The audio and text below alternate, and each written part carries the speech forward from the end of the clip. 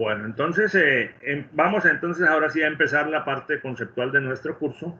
Inicialmente, pues vamos a arrancar por lo más elemental de la temática.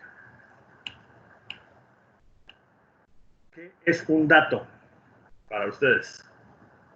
Alguno de ustedes que me diga en su mente cuando aparece el concepto de dato, ¿qué significado mental les representa?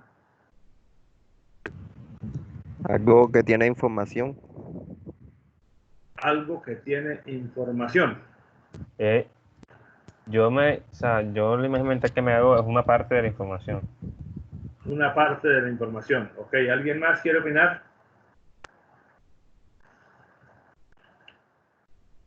Bueno, básicamente sí, aunque el concepto de información es un poco diferente del concepto de dato, porque la información se extrae de los datos. De la información, los datos no son información en sí mismos, tiene que haber un proceso adicional de abstracción para poder sacar información de los datos. Un dato es un símbolo o una notación que describe algo, normalmente un valor o un hecho o una condición. Por eso el dato, la palabra dato viene de una palabra latina datum que significa hecho. El dato como tal, abstracto, individual, aislado, no comunica nada. Por ejemplo, si usted coge el número 43, pues el 43 es un número, pero de ahí no puede sacar ninguna información si no le dicen ese 43 qué está representando. Porque una cosa es que el 43 sea la edad de una persona y otra cosa es que el 43 sea la talla de zapato, ¿cierto? Son dos.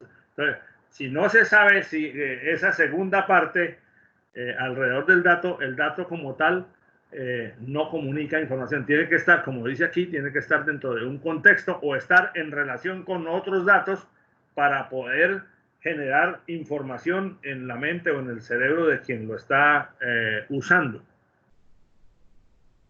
Es como esto, o sea, ¿qué tenemos ahí? Eso que aparece en la lámina son 3 números, pero ¿eso qué significado tienen? Si no tenemos contexto, es muy difícil decir cuál es el significado, ¿verdad? Pero si le damos contexto, entonces ya podemos tener una sensación bien diferente. Porque lo que acabamos de poner ahí en rojo son otros daticos.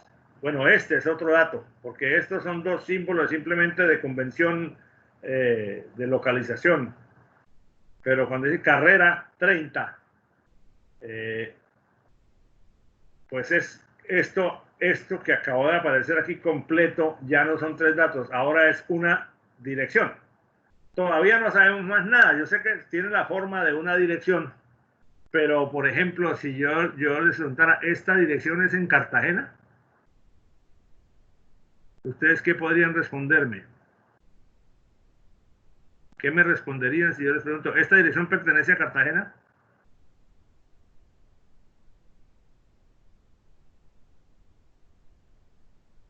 ¿No hay respuestas? Ya no sé, No. porque no Es manzanas y lote. Creo que se divide las casas y eso es en Cartagena. Y ahí podemos estar mostrando como que calles. Ajá, pero por ejemplo, yo Esa veo, carrera. pero yo por ejemplo, yo veo en Boca Grande que dice carrera quinta, carrera sexta. Ah, que en Boca Grande es diferente. Por ejemplo, yo estoy hablando de Cartagena en general. ¿Esta dirección es de Cartagena? Fíjate que tú mismo me acabas de dar la respuesta. En Boca Grande es diferente, o sea, ya tienen un contexto de nomenclatura distinto al que tenemos por acá, ¿cierto? Entonces, para responder a mi pregunta, fíjate que estamos dando como la vuelta hacia de lo mismo. Para responder a mi pregunta de si esta dirección es en Cartagena, no tenemos información suficiente, no tenemos contexto suficiente para decirlo. Podría ser, pero no sabría decirte. Pero, por ejemplo, si yo te pregunto, ¿esta dirección es en Bucaramanga? Cualquier persona que vive en Bucaramanga te puede decir, pues yo no sé si está exactamente el número 45132, pero en Bucaramanga esa dirección sí existe, carrera 30 con calle 45, sí existe. ¿Por qué? Porque las direcciones en la ciudad de Bucaramanga todas son carreras y calles. Allá no hay manzanas, gilotes, nada. Todo es carrera, calle por toda la ciudad. ¿Ya? Lo mismo pasa con otros datos. O sea, si no le das contexto a los datos, pues el dato como tal no aporta información. Entonces, de los datos organizados se puede extraer información y de la información se extrae conocimiento. Entonces, la información es un conjunto de datos significativos, pertinentes, es decir, que tienen relación con la situación en donde se están utilizando, que se relacionan entre sí y que conjuntamente describen sucesos o entidades. Por ejemplo, hay un dato particular que ustedes utilizan en su vida académica que se llama promedio ponderado acumulado. ¿Qué significa el promedio ponderado acumulado de un estudiante? ¿Qué representa? El rendimiento durante toda su carrera. ¿Y Su cómo se nota- calcula? ¿Cómo su se nota calcula? final. Se calcula con todos los... O sea, coges los promedios que tú dabas en los semestres y haces un promedio. ¿Y ese promedio es aritmético? Sí. No. Fíjate que no. Ese promedio es ponderado. Es decir, no es sumar la cantidad de promedios y dividir entre el número de semestres, que sería lo que es la media aritmética. Porque si en el primer semestre tuviste un promedio de 320 y matriculaste 18 créditos, y en el segundo subiste un promedio de 340 y matriculaste solo 12 créditos, los créditos se tienen en cuenta para hacer la promediación ponderadamente. ¿Ya?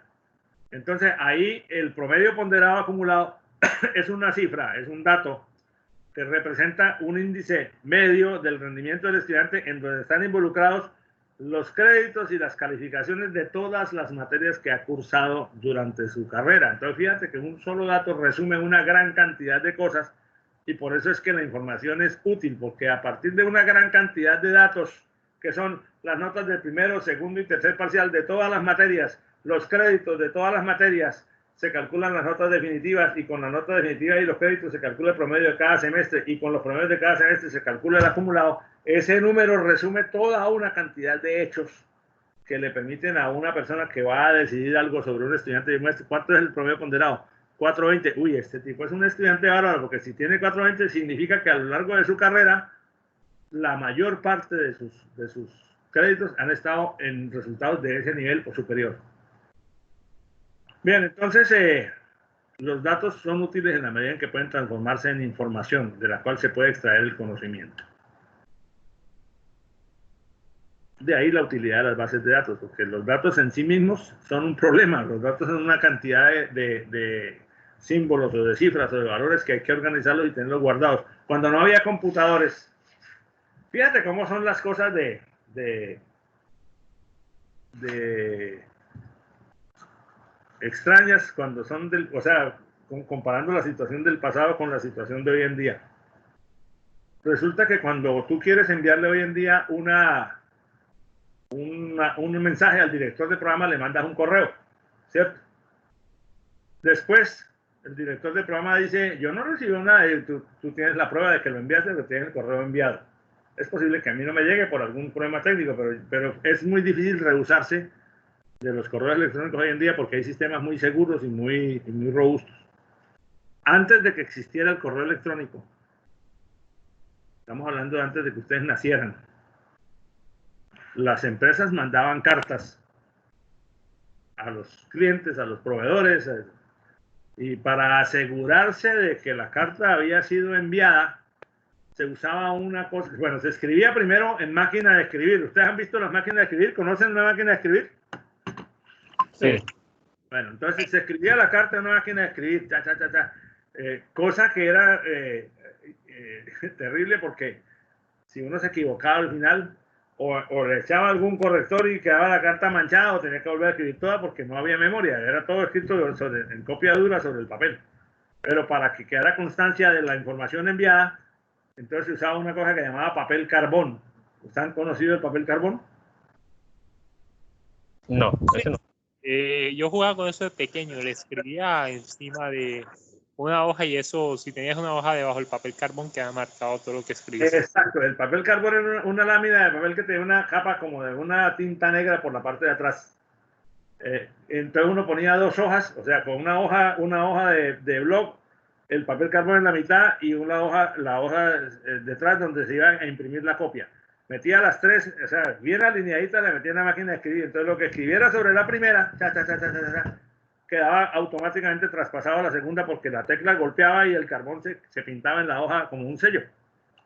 Luego terminabas la carta, firmabas la una, firmabas la otra y entregabas la original y la copia del carbón era donde te ponían el recibido y era la que se archivaba en alguna carpeta para tener constancia de todo lo que se había enviado. Entonces una empresa que enviaba 10 cartas al día, al final del año tenía 3.000 cartas guardadas en algunas carpetas, entonces el archivo físico era enorme. Así pasaba con los datos y con todo. Más atrás, antes de que no hubiera papel carbón, antes de la invención incluso de la máquina de escribir, siglo XIX, primera parte del siglo XX. Entonces, cuando una empresa enviaba una carta, hacía la carta, se hacían a mano. Y entonces las empresas tenían un librote. Cada carta que se fuera a enviar por el correo se copiaba igual en el libro, que se llamaba el libro copiador, para tener una constancia de que la carta que yo le envié a Pedrito Pérez se la envié tal día y decía tal cosa. Entonces el libro de copiador de cartas era un libro gordote donde se anotaba toda la correspondencia, o sea que cada cosa había que escribirla 2 veces para tener soporte. Eso de tener soporte, de tener la información guardada y para poderla recuperar y poderla utilizar, hoy en día lo hacemos con bases de datos, porque las bases de datos me permiten guardar prácticamente cualquier cosa. Hasta hace unas décadas eran solo números y letras. Hoy en día podemos guardar ahí de todo, imágenes, videos, cualquier tipo de soporte de información que sea digitalizado. Entonces una base de datos resulta siendo un conjunto de datos relacionados, porque si no están relacionados, pues es un conjunto de datos ahí dispersos en algún contexto que les da significado. Que está almacenado de manera sistemática, es decir, almacenado de acuerdo a un protocolo, a un orden, a un criterio, que permite su uso y su aprovechamiento por parte de los usuarios que tengan acceso a ese conjunto. Esta imagen me pareció curiosa porque mezcla la imagen del disco duro con la imagen del archivador físico. Y generalmente en nuestros días ese conjunto se puede usar y se puede aprovechar a través de un sistema de aplicaciones informáticas o de algunas herramientas computacionales. Esta parte de la clase es muy teórica, es muy fundamental, pero me parece necesario dejarla perfectamente explicada. Generalmente una base de datos representa algún aspecto del mundo real o del ecosistema donde el usuario de la base de datos está trabajando y por lo tanto es de interés para él. Es posible que una base de datos que sea muy pertinente para los estudiantes de la Universidad Tecnológica de Bolívar sea absolutamente irrelevante e inútil para un colectivo de personas en otra parte del mundo porque no tiene nada que ver con esa situación. Generalmente los propósitos con los que se almacenan las bases de datos son para servir o para optimizar el desempeño de las personas dentro de una organización o para alimentar correctamente el proceso de toma de decisiones en algún sentido o algunos niveles dentro de la organización. Ahora, hay varias formas de organizar las bases de datos. Hay varios modelos existentes que se han utilizado históricamente a lo largo del tiempo. Se refiere a la manera como los datos están organizados dentro de la estructura que denominamos técnicamente bases de datos. Entonces, el que vamos a usar aquí es el modelo relacional, el modelo que define la base de datos como una colección de relaciones, valga la redundancia, relacionadas entre sí. Pero, por ejemplo, hay modelos de carácter jerárquico. Hay bases de datos que ya no se usan tanto, pero inicialmente tal vez fue el modelo más primario, el modelo que surgió primeramente. Es un modelo donde los datos se almacenan en esta forma, donde cada nodo, excepto la raíz, tiene un solo padre. ¿Ustedes ya vieron estructuras de datos todos? Sí, me imagino que sí. Para estar aquí tienen que haber visto estructura de datos, ¿no? El árbol, esto sería. Entonces, hay bases de datos que se organizan de esta manera. Como pasa con el nivel con el esquema de carpetas de un directorio de un sistema operativo, que también es un sistema de organización en árbol. El directorio realmente es un árbol. El directorio de una máquina es realmente un árbol. Y hay bases de datos que se organizan de esa forma. Nosotros en este curso no estudiamos ese modelo. Pero, por ejemplo, para dar una idea de cómo sería una base de datos en estructura de árbol, el objeto cliente o el nodo cliente puede tener una o más facturas a su nombre, y cada factura podría estar compuesta por una o más líneas. Y ahí se ve claramente la relación en forma de árbol entre un objeto y los subobjetos que lo componen. Puede tener más de una factura, puede tener muchas facturas, y puede haber en un nodo original del sistema de información muchos clientes, y cada cliente pues es un árbol, un subárbol particular. Hay, después o como una evolución del modelo de base de datos en red, surgió el modelo de base de datos, del modelo de base de datos jerárquico, surgió el modelo de base de datos en red. Es una derivación de aquel, más flexible, más rendidor, pero no prosperó mucho porque, como suele ocurrir con alguna frecuencia en el terreno de los recursos computacionales, prima en muchos casos el sentido comercial. Y en esa época, estamos hablando de hace 50 años, ¿no? IBM era una marca altamente poderosa en el terreno computacional, y cuando empezaron a desarrollar el modelo de base de datos en red, IBM decidió adoptar en sus sistemas un modelo jerárquico, y como IBM mandaba la parada porque tenía prácticamente copado todo el negocio de computadores corporativos, porque no existían todavía los computadores personales, el modelo jerárquico terminó imponiéndose, relegando el modelo de base de datos en red a un segundo lugar. Posteriormente, cuando empezaron a salir los computadores personales, se desarrolló más el modelo relacional, que copó el mercado y lo tuvo copado durante mucho tiempo, hasta ahora todavía, ya distribuido en versiones de bases de datos de tamaño pequeño, manejables para un usuario en su máquina local. Un modelo en red es una derivación como esta del modelo jerárquico. Este sería el modelo jerárquico, donde un cliente puede tener a su nombre varios objetos, varios nodos de tipo factura, y como dijimos, un nodo factura puede tener una o más líneas que la componen.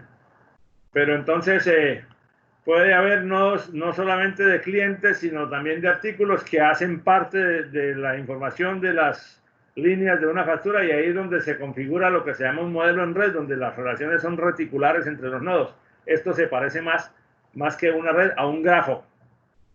Ahora, hoy en día ya existe un paradigma moderno para el uso de bases de datos orientadas a grafos, que no digo que sea un revivir de este modelo, sino un concepto distinto. Pero este modelo en red de décadas atrás se puede entender como un grafo dirigido, donde las aristas tienen siempre una dirección específica. Hay modelos orientados a objetos. Ustedes ya saben, bueno, ustedes conocen perfectamente bien el paradigma de lo que es la orientación a objetos, lo que es una clase, lo que son los objetos, y lo que son propiedades como la herencia y los polimorfismos y ese tipo de cosas que se han usado para desarrollar estructuras de bases de datos con ese paradigma.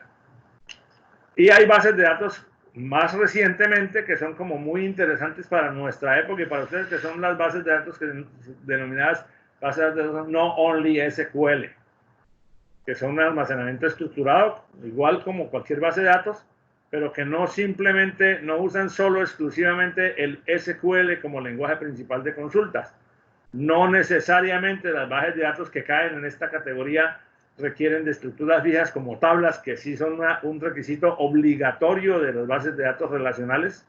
No soportan algunas operaciones de las bases de datos relacionales, pues porque no están basados en tablas y no necesariamente garantizan la atomicidad, la consistencia, el aislamiento y la durabilidad.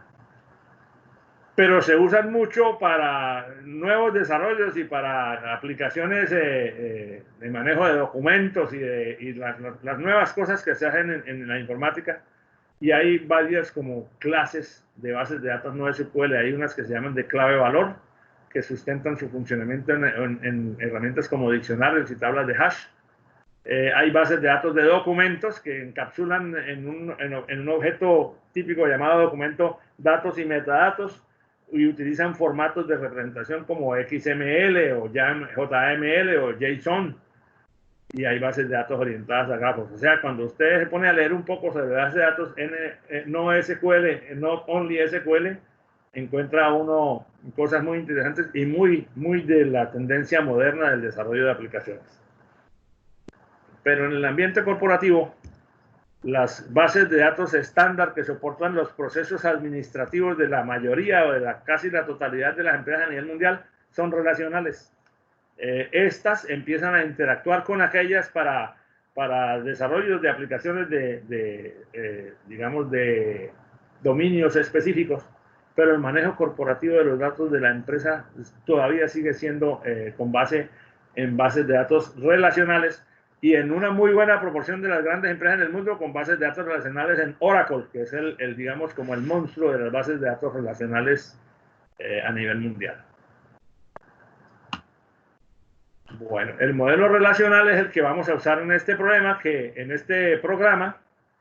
que básicamente consiste en modelar las estructuras de datos del caso que estemos estudiando como un conjunto de tablas que conceptualmente se les conoce o bien como entidades o bien como relaciones. El autor del modelo relacional, el primer nombre que le dio a una tabla fue no el de entidad, sino el de una relación.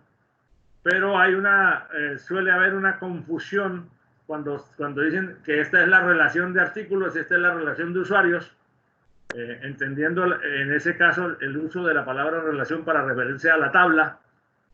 Y luego dicen que que la relación de artículos está relacionada con la relación de usuarios. Entonces, en este caso, esta línea representa la relación en el concepto no de tabla, sino del dato que vincula una tabla con otra. Y eso puede generar cierta confusión en el momento de leer la bibliografía. Más adelante vamos a ir precisando esos términos. A las tablas les vamos a decir más bien entidades, aunque el autor del modelo dice que la entidad es cada uno de los registros de la tabla. O sea que yo tengo la relación cliente porque cada registro de la tabla es una entidad cliente, un cliente diferente. Tiene sentido en el aspecto conceptual, pero en lo personal yo prefiero usar el término entidad para referirme a la tabla, con el fin de no confundir la palabra relación tabla con la palabra relación vínculo entre tablas. En su momento volveremos sobre esa terminología.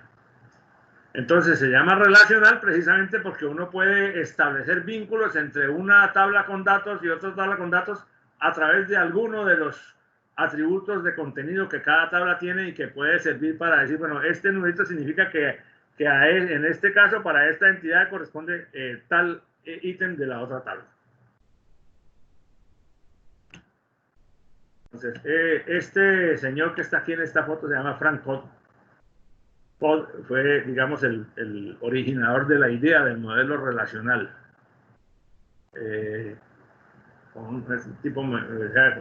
Los que generan este tipo de cosas tienen algún nivel de locura en algún momento. Estudiando la lógica de predicados y la teoría, sobre todo la teoría de conjuntos, se dio cuenta que la información se podía organizar de una manera muy eficiente, organizando en cada una de las que él llama relaciones o entidades un conjunto de registros de la misma forma, registros o tuplas, como lo vamos a llamar nosotros, compuestos de la misma forma, es decir, compuestos por los mismos datos, en el mismo orden, con valor diferente, pero con los mismos datos. Por ejemplo, la entidad persona puede ser, si se necesita, cédula, apellido, nombre, edad, dirección y teléfono. Entonces, con esas columnas, ponga ahí los datos de todas las personas y ahí tienes una entidad que la vamos a llamar personas. ¿Y quiénes son los que están ahí? Bueno, eso sí depende del contexto en el que estemos trabajando. Pueden ser los estudiantes de la universidad. Aquí pueden ser en donde yo vivo, si se trata de las personas del conjunto donde yo vivo, entonces la relación de vecinos, qué sé yo, eso depende del contexto del problema. Entonces, la característica sine qua non es que en una misma tabla todos los registros tienen la misma estructura de atributos o campos. Aquí aparece otra palabra. Las columnas de la tabla teórica, técnicamente se llaman atributos, pero coloquialmente las llamamos nosotros campos de datos o columnas. Bueno, eso digamos es la teoría general. Como por sentar un ejemplo muy chiquitico y muy simple, esto, repito, esto es elemental y esto estamos como repasando un poco conceptos que ustedes seguramente ya los tienen muy fijos en su mente por la experiencia que tienen en los cursos anteriores. Imagínense que usted tiene una biblioteca donde tiene una tabla de información, haga de cuenta un Excel, para no ir más allá, donde anota todo, o es su biblioteca personal. Tiene en la tabla de libros y ahí tiene anotados de cada libro, le puso un código a cada libro para poderlos identificar, porque puede haber libros, porque es más fácil por código que por el nombre. El título del libro, el autor, la editorial, la edición y un campo que se llama estado.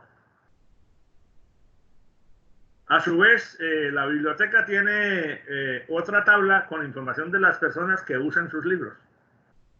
El identificador de la persona, que puede ser el documento de identidad, que para la persona opera como opera el código para el título. ¿Qué características tiene ese dato? Que no puede haber dos con el mismo identificador, porque entonces no sabíamos qué persona es, cuál de las dos es. Por esa razón no hay dos estudiantes con el mismo código, por esa razón no hay dos cédulas repetidas en el país, por esa razón no hay dos vehículos que tengan el mismo número de placa, y si los hay, uno es ilegal, y así sucesivamente. Apellido, nombre, dirección y teléfono. Entonces tengo una tabla con libros, otra tabla con personas. Si una persona desea prestar un libro, hay que registrarlo en alguna parte para tener el control de quién tiene los libros de mi propiedad o de mi biblioteca. Entonces es perfectamente plausible pensar, hombre, como esta biblioteca presta los libros a las personas, cada vez que una persona preste un libro, entonces llegamos y ponemos aquí cuál fue el libro que se prestó, a quién se lo prestamos, o sea, anotamos aquí el valor correspondiente al código del libro, para no tener que poner todos los datos del libro, simplemente con el código me basta, porque cuando yo vea el código aquí, pues busco en esta tabla y sé los demás datos del libro.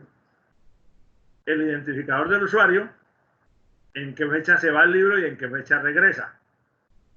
Eso que estamos viendo aquí ahora son 3 tablas de datos que conforman una base de datos muy sencilla pero elemental. Ahora, ¿cuál es la relación entre las tablas? Este campo código permite establecer la relación entre la entidad libros y la entidad préstamos con este. Entonces, este campo es, digamos, la clave de búsqueda en esta tabla que después veremos que la vamos a llamar la llave primaria o la clave primaria. Este campo también, bueno, en este campo sí, también sería en este campo la clave primaria, pero por ejemplo el ID de usuario aquí no es la clave primaria porque un usuario puede aparecer varias veces en esta tabla porque puede tener prestados varios libros. Y aquí el campo identificador del usuario es el campo clave de búsqueda. Entonces, por ejemplo, si le ponemos datos a eso, entonces tenemos que si estos son los libros, estos son los usuarios. Cuando un usuario, Pedro Rueda, quiere prestar el libro del péndulo de Foucault, entonces el sistema de base de datos primero mira si el libro está disponible. El campo estado, que no lo habíamos dicho antes, es un campo que dice si el libro está o no está disponible. ¿Cuándo está disponible? Cuando el libro está en el anaquel. Apenas lo prestan, entonces se pone los datos del código del libro del usuario que lo prestó, cuándo se va y cuándo regresa, y en ese momento inmediatamente el sistema tiene, o la herramienta, o la persona, o el individuo tiene que decir, bueno, este libro está prestado. Y así funcionan las bases de datos relacionales. Creo que esto no es nada nuevo para ustedes, porque no es nada más allá que la aplicación del sentido común en el manejo de las tablas de datos. Pero el diseño de la base de datos, qué columnas deben ir, qué columnas no deben ir, qué columnas se deben poner en tablas separadas y qué columnas se deben poner en la misma tabla, etcétera. Ese es el tema que vamos a estudiar, porque es que una cosa es la necesidad del usuario cuando dice yo quiero una base de datos que me maneje, por ejemplo, el problema de la venta de pasajes de mi empresa de transporte, y tiene una serie de películas en la cabeza de requerimientos del usuario. Entonces tenemos que aterrizarlos en un proceso de levantar los requerimientos para poder hacer el primer diseño, que es el modelo conceptual.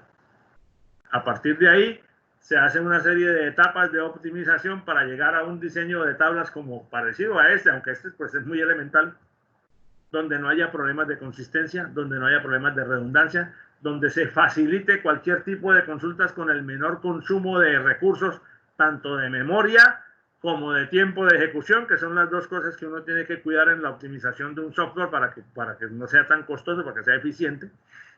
Y ese proceso de diseño es, pues, básicamente el objeto de estudio de nuestro curso aquí. Entonces, para terminar, porque ya creo que estamos llegando al límite de nuestro tiempo, ¿verdad? Sí, ya casi. Entonces vamos a sentar conceptos, a dejar definidos conceptos. Una base de datos, entonces, es una colección de registros de datos, cada uno de los cuales es una instancia de una entidad. Entonces, una base de datos más bien es una colección de entidades o de tablas de entidades, donde en cada entidad hay registros de datos. A los registros se les conoce técnicamente como tuplas. Cada tupla va a tener la misma estructura de todas las demás tuplas en la misma tabla. O sea, cuando se define una entidad o una tabla, se define que tiene un campo 1, un campo 2, un campo 3, n campos. Cada campo tendrá su nombre. En su momento aprenderemos o desarrollaremos una metodología para nombrar los campos, aunque no es exigible, pero se usa siempre alguna convención para garantizar que haya cierta claridad. A cada campo o atributo, porque los campos también se denominan técnicamente los atributos de una entidad, se le define un tipo y un tamaño. Un tipo que es el tipo de datos que se puede guardar allí, que dependiendo de la herramienta, y en el caso de MySQL o del lenguaje SQL, el tipo puede ser entero, puede ser flotante, puede ser fecha, puede ser enumerado, puede ser varchar, que es un tipo de alfanumérico, en fin, puede ser booleano, 0, 1. Hay una cantidad de tipos de datos que se pueden usar estándar. Y un tamaño en el caso de que sea necesario definirlo, porque, por ejemplo, si yo digo el campo es varchar para el apellido o el nombre de la empresa, varchar significa alfanumérico, tengo que decir hasta tantos caracteres. Pero si digo que el campo es de tipo fecha, pues no tengo que definirle taxativamente el tamaño, porque ya sabemos que el campo tipo fecha tiene 8 caracteres, que son 4 del año, 2 del mes y 2 del día. Y así sucesivamente. Ahora bien, esa entidad puede crecer todo lo que quiera hacia abajo, agregarle más registros, más tuplas. No puede crecer, excepto porque se haga un rediseño de la base de datos horizontalmente. Es decir, si yo necesito meter un campo nuevo, puede suceder que una base de datos que está funcionando, por ejemplo, un caso que sucedió en las bases de datos universitarias hace algunos años, es que fue necesario agregar a los datos de un estudiante algo que no se agregaba antes, que era el resultado en las pruebas Saber Pro, examen obligatorio para grado. Entonces, en esos casos hay que tomar la decisión de si se agrega un campo más a una tabla, con lo cual habría que agregar, arreglar o modificar todas las piezas de software que apunten a esa tabla para garantizar que la consistencia no se pierda. O se agrega una tabla aparte donde está el ID del alumno y el resultado que obtuvo, o los campos que correspondan de ese producto pruebas de estado, pruebas a ver, con lo cual no se afecta el resto de la base de datos, no se afecta nada del software y hay que desarrollar las piezas de software que relacionen la nueva entidad con las demás. Por eso es la utilidad de las bases de datos relacionales, que cuando están bien diseñadas, cuando se han concebido con base en el modelo de desarrollo que pretendemos estudiar en este curso, las modificaciones que se usan en el futuro, que van a surgir porque las cosas nunca son estables en términos administrativos, en términos computacionales, se puedan implementar esas modificaciones sin afectar el diseño preexistente, adicionando nuevas entidades cuando sea necesario y nuevas relaciones para vincular esas nuevas entidades con las entidades ya existentes.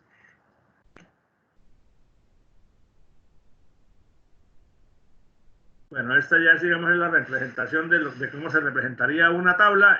Sobre esto vamos a devolver posteriormente porque tenemos que estudiar primero el modelo conceptual y el modelo lógico. Pero se puede adelantar que una tabla en los diagramas de entidad-relación o los diagramas relacionales se representa así o se puede representar así, donde la información de esta versión de la tabla es un poco más completa que esta, pero representan lo mismo. Una tabla, la tabla de nombre, con los campos que tiene, y en esta forma de representación se especifica para cada campo de qué tipo de datos es y de qué tamaño. Bueno, esto lo vamos a ver después con suficiente detalle. Por el momento quería exponer esos conceptos generales de lo que son las bases de datos y sus elementos constitutivos. Continuaremos entonces el tema en la siguiente clase, que nos corresponde el día viernes a las 3 de la tarde, ¿verdad? Quisiera saber si hasta este punto hay alguien que desee hacer alguna intervención o que tenga alguna pregunta o quiera decir algo.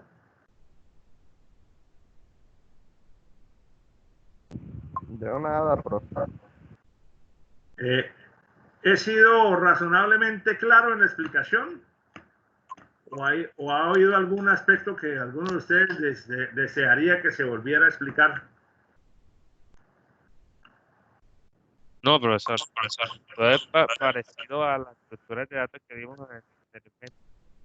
Sí, se parece bastante. Entonces, a medida que vayamos avanzando, vamos a ver que realmente hay mucha relación entre una cosa y la otra. Bueno, mis amigos, entonces, si esta es la situación, quiere decir que hemos terminado por el día de hoy. Les agradezco mucho su presencia, su aporte, su permanente intervención. Me ha resultado muy placentera la clase con ustedes. Espero que de parte, en el sentido contrario, pues no haya sido tan aburridora. Eso sí, si les está aburriendo y no me dicen, es problema de ustedes, deben decir. Y le metemos alguna dinámica.